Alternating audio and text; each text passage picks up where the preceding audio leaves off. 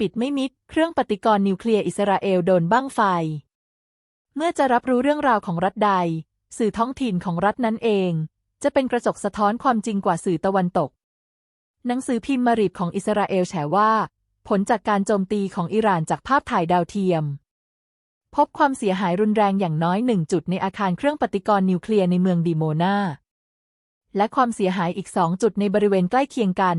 เป็นการทยอยเปิดความเสียหายออกมาเรื่อยๆสื่อนี้ยังแฉต่อว่าอิสราเอลอเมริกาและยุโรปสกัดกั้นโดรนและขีปนาวุธของอิหร่านได้ไม่ถึง 99% ตามอ้างความเสียหายในฐานทัพอากาศรามอนเช่นเครน2 ชุดสำหรับซ่อมอุปกรณ์ภาคพื้นดินสถานีซ่อมบำรุงเครื่องบินขนส่ง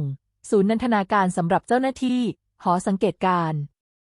ส่วนฐานทัพนวาติมเสียหายรุนแรงหนักมากมีทหารสูญเสียที่จุดนี้ไปแล้ว4 นายที่อื่นยังไม่นับสื่อสกายนิวรายงานว่าอิหร่านเคลื่อนย้ายเรือรบ2 ลำสู่ทะเลแดงและทะเลอาหรับมาตั้งแต่ก่อนโจมตีอิสราเอลเรือรบนี้สามารถยิงขีปนาวุธร่อนร้ายแรงรุ่นทลาเอและนาซี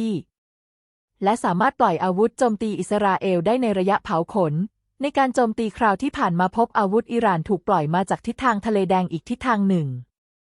ใส่ฐานทัพสหรัฐ2 แห่งคือนวาติมและรามอนในฉากหน้าอิสราเอลที่โดนโจมตีจนพังสื่อวอชิงตันไทม์ของสหรัฐรายงานว่าอิหร่านมีหัวรบนิวเคลียร์จำนวน1อยู่แล้ว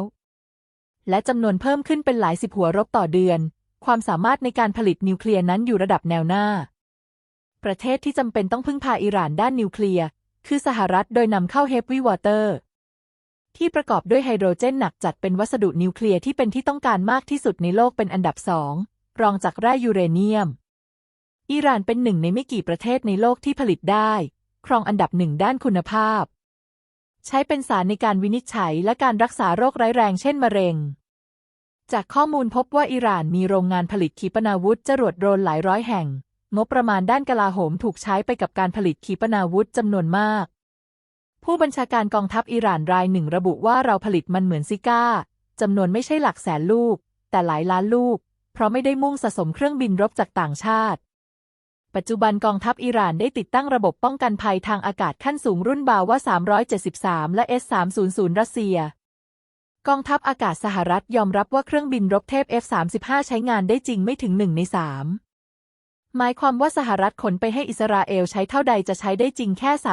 33%ที่เหลือจอดไว้ถ่ายเซลฟี่สื่อ Axios รายงานสหรัฐประเมินว่าถ้าอิสราเอลลอบโจมตีอิหร่านเพียงเล็กน้อยจะกระตุ้นให้อิหร่านตอบโต้กลับครั้งใหม่อย่างรุนแรงกว่าครั้งก่อนอิสราเอลจะเสียหายไปทั่วดินแดนวิเคราะห์ว่าอิสราเอลไม่มีขีปนาวุธพิสัยกลางที่เข้มแข็งคาดว่าจะใช้เครื่องบินรบลอบไปโจมตีซีเรียอิรักและฐานทัพอากาศอิหร่านเช่นในเมืองอิสฟาฮานจากนั้นอิหร่านก็จะต้องตอบโต้กลับเอาคืนโดยโจมตีโดรนและขีปนาวุธอีกราว 1,000 ชุดไปยังฐานทัพและศูนย์นิวเคลียร์ตอบโต้กันไปมาอีกระยะหนึ่งจนกว่าจะมีฝ่ายใดน่วม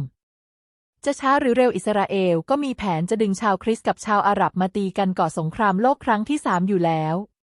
เพราะเยเมนโจมตีเรือฆ่าศึกพังสะสมราว100 ลำในจำนวนนี้เป็นเรือรบเกือบ 20%ไล่ตะเพิดเรือรบอังกฤษฝรั่งเศสเยอรมนีเดนมาร์กพร้อมเรือบรรทุกเครื่องบินไอเซนฮาวของอเมริกาบรรดาขาใหญ่ต่างแพ้หนีร้องให้จ้ากลับบ้านไปเป็นการชนะสงครามครั้งที่4ในรอบ20 ปีของเยเมนต่อฝ่ายรุมที่นำโดยสหรัฐจึงต้องหันไปเปิดสงครามกับอิหร่านและฮิซบอลเลาะห์เลบานอนเพื่อแก้หน้ากลบข่าวความพ่ายแพ้และกลบข่าวการสูญเสียทหารในถุงซิปมากมายแตกทัพหนีออกจากเขตกาซาให้โลกลืมแน่นอนดูจบแล้วโปรดให้กำลังใจทำเรื่องใหม่โดยกดไลค์กดแชร์คลิปนี้ไว้พร้อมกดติดตามเพื่อไม่ให้พลาดบทวิเคราะห์ตอนต่อไป